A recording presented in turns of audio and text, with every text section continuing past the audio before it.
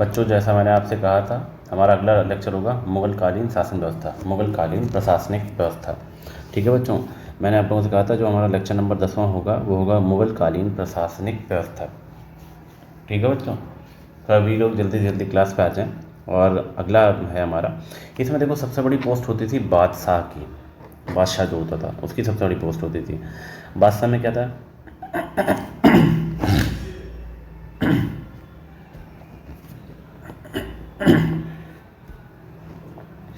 बादशाह जो होता था वो केंद्रीकृत निरंकुश राजतंत्रात्मक एवं वंशानुगत शासन व्यवस्था थी। ठीक है बच्चों, राजत्व के दैवी सिद्धांत को मानते थे। अबुल फजल ने बादशाह को फर्रे इजदी, ईश्वर का प्रकाश, कहा है। अकबर ने एक पद का सृजन किया, दीवाने वजारत ए कुल। दीवाने वजीर ये वित्त मंत्री होता था। दीवाने जागीर, दीवाने खालसा, दीवाने बयूतात या वयूतात कारखाना अधीक्षक, दीवाने तन वेतन विभाग, दीवाने तबजीह सैनिक आवश्यकताओं की पूर्ति करता था, दीवाने सादात धार्मिक मामलों का प्रमुख, मुशरिफ महालेखाकार, मुस्तौफी महालेखा परीक्षक। फिर वकील होता था, यह शक्तिशाली पद था। बहराम खां अकबर का वकील था। महामानंगा भी वकील के पद पर ही रही थी। शाहजहां ने वकील के पद को समाप्त कर दिया था। मीर बख्शी जो होता था वो रक्षा मंत्री होता था। इसका मेन काम क्या था, यह सेना की भर्ती करता था। यह सरखत नामक दस्तावेज पर हस्ताक्षर करता था जिससे सैनिकों को वेतन मिलता था।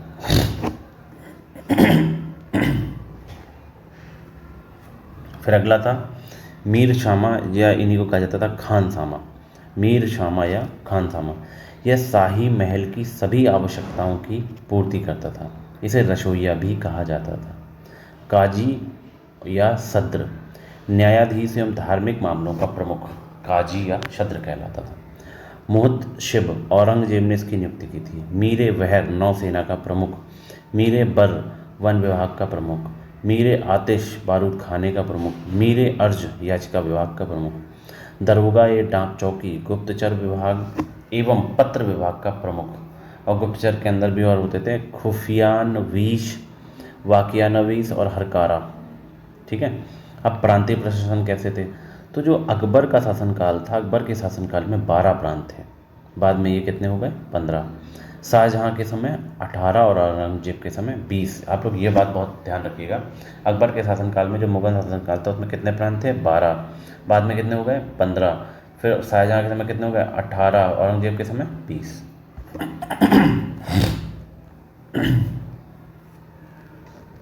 प्रांत में प्रमुख कौन होता था, सबसे प्रमुख सूबेदार, फिर दीवान, फिर बख्शी और काजी।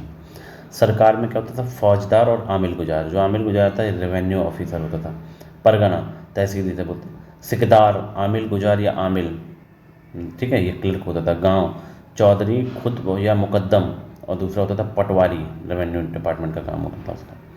अब सैन्य प्रशासन, तो सेना जो थी वो 2 भागों में डिवाइडेड थी। अब ध्यान से देखें, अहदी और दाखिली।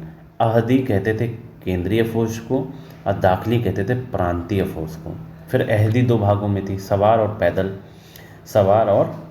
फिर सवार जो होते थे वो 2 भागों में होते थे, बरगीर और सिलेदार। और पैदल होते थे अहसाम और सहबंदी। बरगीर क्या होता था, राज्य अस्त्र शस्त्र उपलब्ध करवाता था। सिलेदार स्वयं के अस्त्र शस्त्र इसके पास होते थे। पैदल कौन था, अहसाम युद्ध सैनिक, और सेबंदी मालगुजारी का। अब तोपखाना, मुगल काल में जो तोपखाना था वो 2 भागों में डिवाइडेड था, दस्ती और जिनसी। दस्ती में हल्की तोपें होती थी और जिनसी में भारी तोपें होती थी। तोपों के प्रकार, नरनाल, गजनाल और सुतरनाल। सुतरनाल ऊँटों के द्वारा ले जाई जाती थी। मतलब बड़ी तोपों में से एक थी। तो तोपों के प्रकार, तोपखाना क्लियर हो गया। दस्ती एवं जिनसी, जो तोपखाना था वो 2 भागों का होता था, दस्ती एवं जिनसी। दस्ती क्या होते थे, जहाँ पर हल्की तोपें होती थी, और जिनसी क्या थी, जहाँ भारी तोपें होती थी। तोपों के प्रकार, नरनाल, गजनाल, सुतरनाल। ठीक है, सुतरनाल ऊँटों के द्वारा इधर से उधर ले जाती जाती थी। राजस्व व्यवस्था, राजस्व का प्रमुख स्रोत भू राजस्व होता था। ठीक है, राजस्व व्यवस्था क्या थी, राजस्व का प्रमुख स्रोत भू राजस्व होता था। अकबर ने भूमि की पैमाइश करवाई एवं उसने इलाही गज का प्रयोग किया। भूमि को 4 भागों में विभाजित किया गया, पोलज, परती, चचर और बंजर। प्रत्येक भाग को पुनः 3 भागों में विभाजित किया गया, उत्तम मध्यम निम्न, यानी पोलज भी 3, उत्तम मध्यम निम्न, प्रति भी 3, उत्तम मध्यम निम्न, चचर भी 3, उत्तम मध्यम निम्न और बंजर भी उत्तम मध्यम निम्न। अकबर ने आईने दहशाला पद्धति को लागू किया। अकबर ने बंदोबस्त प्रणाली को भी अपनाया। ठीक है, बाद में औरंगजेब के समय इजारेदारी व्यवस्था, ठेका प्रणाली प्रसिद्ध हुई।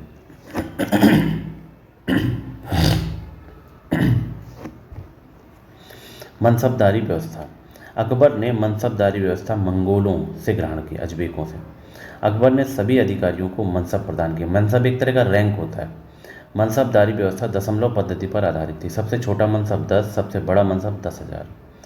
5,000 से अधिक का मनसब केवल शाही परिवार के सदस्यों को दिया जाता था मुगल काल में। अपवाद थे मानसिंह, मिर्जा अजीज कोका और जहांगीर। मानसिंह को 7,000, मिर्जा अजीज कोका को 7,000, जहांगीर को 12,000। 10 से 500 की जो रैंक होती थी, मनसब होते थे, वो मनसबदार थे। 500 से 2500 अमीर होते थे। 2500 से अधिक अमीर आजम या उमरा। 1593 में 1593 में मनसब को 2 भागों में बांटा गया।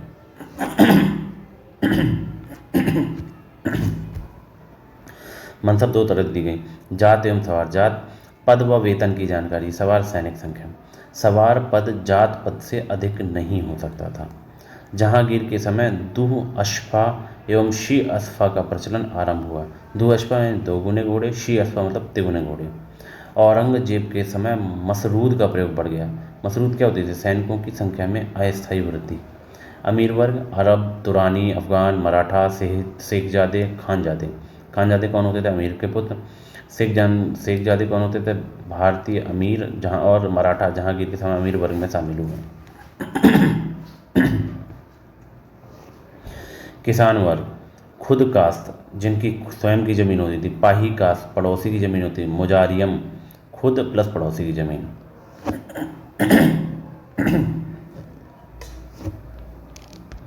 खुद प्लस पड़ोसियों की जमीन। फिर था राजगमिता कानून। मनसबदार की मृत्यु के पश्चात उसकी संपत्ति को सीज कर दिया जाता था। राजगमिता कानून का मतलब है मनसबदार की अगर मृत्यु हो जाती थी फिर उसकी संपत्ति को सीज कर दिया जाता था। अलतमगा जागीर, जहांगीर के समय वंशानुगत रूप से दी जाने वाली जागीर। पैबाकी या पायबाकी, जागीर देने हेतु रखी गई आरक्षित भूमि। सयूरगल या मदद ए माशा, धार्मिक अनुदान में दी जाने वाली भूमि। एम्मा, व्यक्तिगत अनुदान। वक्फ, समाज को दिया जाने वाला अनुदान। ठीक है बच्चों, तो बेसिकली ये शासन का व्यवस्था थी मुगल काल की। बच्चों आप सभी लोग इस बात का ध्यान दें, ये मुगल कालीन शासन व्यवस्था थी और ज़्यादा से ज़्यादा इसको आप लोग चैनल को सब्सक्राइब करें, इसको देखें और लोगों तक, ज़्यादा से ज़्यादा लोगों तक पहुंचाएं ताकि लोग जो जिनको ज़रूरत है इसकी उसको वो पढ़ सकें और इसका लाभ उठा सकें। तो कृपया करके आप लोग ज़्यादा से ज़्यादा व्यूज़ दें, ज़्यादा से ज़्यादा इसे सब्सक्राइब करवाएं ताकि मुझे भी मोटिवेशन मिले और मैं भी आगे बढ़ता रहूं। तो ये रहा आपका लेक्चर नंबर 10वां। अब हम लोग मिलते हैं